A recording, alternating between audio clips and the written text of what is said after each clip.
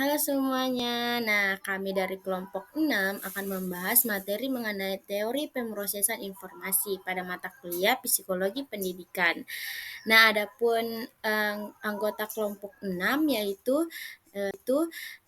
saya sendiri Ananda Putri Nahdila, yang kedua ada Husnul Syamsyakira AR, dan yang ketiga ada Windriani Imbu, dan yang keempat ada Rahma Sakina. Nah, pembahasan pertama dari materi kelompok kami itu ada aplikasi teori pemrosesan informasi dalam pendidikan. Untuk pembahasan ini yang akan membahasnya itu saya sendiri.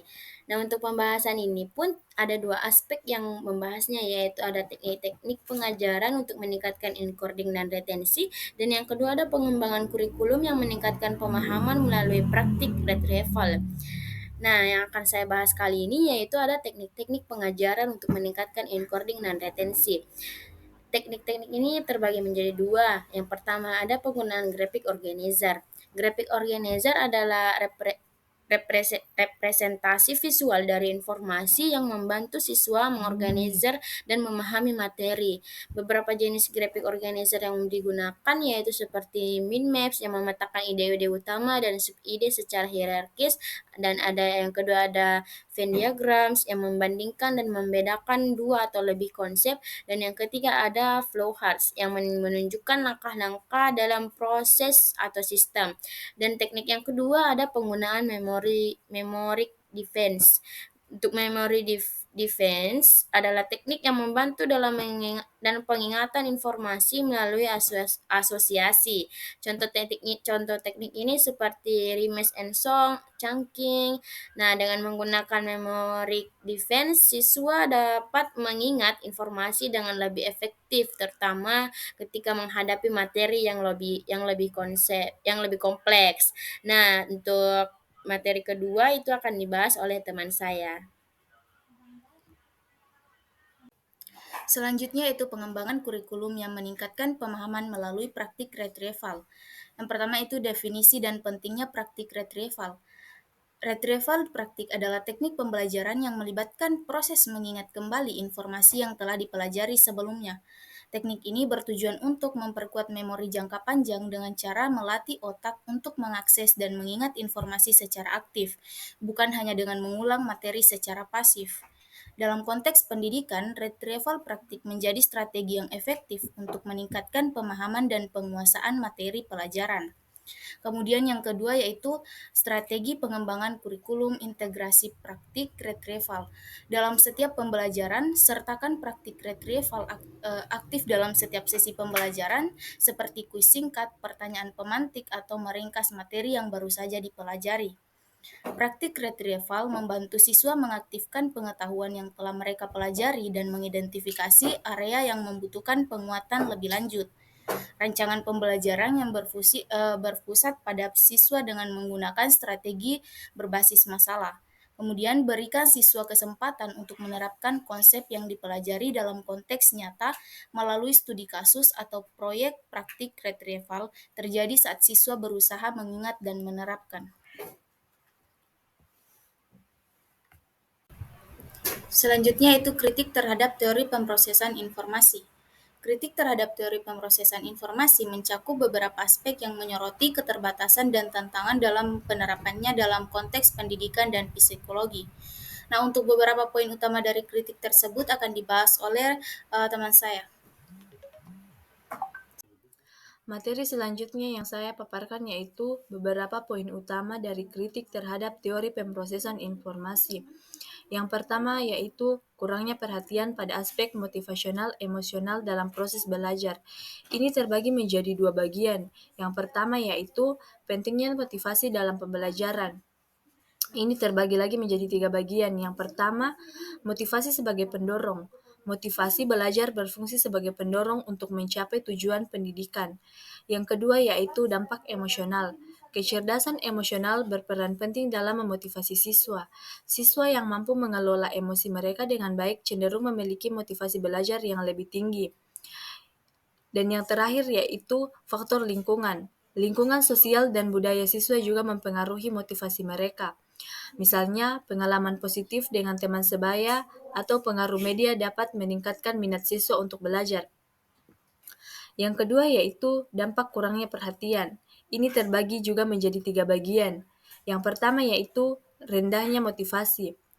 Ketika guru dan orang tua tidak memberikan perhatian yang cukup pada aspek memotivasional, siswa seringkali merasa kurang bersemangat untuk belajar. Hal ini dapat terlihat dari sikap apatis dan kurangnya partisipasi aktif dalam kelas. Yang kedua yaitu hasil belajar yang buruk. Siswa yang tidak termotivasi cenderung tidak mencapai hasil belajar yang memuaskan. Dan yang terakhir yaitu keterampilan sosial. Kecerdasan emosional yang rendah seringkali berhubungan dengan keterampilan sosial yang kurang, yang dapat menghambat kemampuan siswa untuk bekerja sama dan berinteraksi dengan baik dalam lingkungan belajar. Nah, yang kedua dari poin utama dari kritik terhadap teori pemrosesan informasi yaitu ada keterbatasan dalam menjelaskan pembelajaran yang terjadi dalam konteks sosial dan interaktif. Ini terjadi menjadi 4 bagian. Yang pertama yaitu ketidakcocokan dengan materi pembelajaran. Pembelajaran interaktif tidak selalu cocok untuk semua jenis materi pembelajaran, terutama yang bersifat abstrak atau konseptual. Materi yang memerlukan pemahaman mendalam seringkali sulit dijelaskan secara interaktif, sehingga dapat mengurangi efektivitas pembelajaran. Yang kedua yaitu keterbatasan infrastruktur dan sumber daya. Banyak sekolah menghadapi masalah infrastruktur yang tidak memadai, seperti kurangnya akses internet dan perangkat keras yang diperlukan untuk pembelajaran berbasis teknologi. Hal ini menjadi penghalang signifikan bagi implementasi pembelajaran interaktif yang efektif. Yang ketiga yaitu keterampilan guru.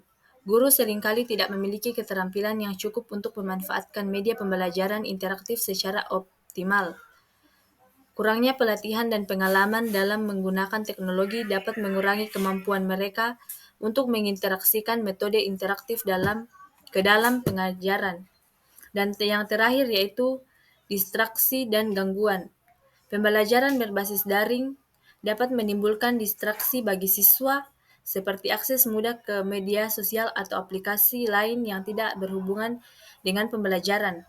Hal ini dapat mengganggu fokus siswa dan mengurangi efektivitas proses belajar. Adapun materi yang ketiga yaitu cara mengaplikasikan teori pembelajaran pemrosesan informasi dalam proses belajar mengajar. Teori pembelajaran pemrosesan informasi memandang belajar sebagai proses aktif di mana individu menerima, memproses, menyimpan, dan mengambil kembali informasi. Untuk mengaplikasikan teori ini dalam proses belajar mengajar, guru dapat fokus pada 3 tahap utama, yaitu tahap yang pertama, tahap penerimaan informasi atau input. Menarik perhatian, guru perlu membuat pembelajaran menarik dan relevan dengan kehidupan siswa. Selanjutnya yaitu penyajian informasi yang jelas. Presentasikan informasi dengan jelas, terstruktur, dan mudah dipahami. Selanjutnya yaitu membuat hubungan. Membuat hubungan bantu siswa menghubungkan informasi baru dengan mengetahui yang sudah mereka miliki. Tahap yang kedua itu tahap pemrosesan informasi. Pertama yaitu memperoleh informasi. Dorong siswa untuk aktif memproses informasi dengan berbagai cara. Selanjutnya yaitu menjawab pertanyaan. Ajukan pertanyaan yang merangsang siswa untuk berpikir kritis dan memproses informasi. Selanjutnya yaitu diskusi kelompok. Diskusi kelompok memungkinkan siswa untuk berbagi ide dengan memproses informasi secara kolaboratif. Selanjutnya yaitu pemecahan masalah. Berikan tugas pemecahan masalah yang memaksa siswa untuk menerapkan pengetahuan mereka. Selanjutnya yaitu membuat hubungan dengan pengetahuan yang sudah ada. Bantu siswa menghubungkan informasi baru dengan pengetahuan yang sudah mereka miliki. Selanjutnya yaitu menggunakan strategi pembelajaran. Ajarkan siswa berbagai strategi pembelajaran seperti menghafal, membuat catatan, menyusun peta konsep, dan menggunakan teknik monetik. Tahap yang ketiga yaitu tahap penyimpanan dan pengambilan kembali informasi. Yang pertama yaitu membuat asosiasi. Bantu siswa membuat asosiasi antara informasi baru dengan pengetahuan yang sudah mereka miliki. Selanjutnya yaitu menggunakan teknik mengulang. Dorong siswa untuk mengulang informasi secara teratur, baik secara lisan maupun tertulis. Nah, dan yang terakhir yaitu menilai pemahaman. Menilai pemahaman, lakukan penilaian secara berkala untuk memastikan bahwa siswa telah memahami dan mengingat informasi.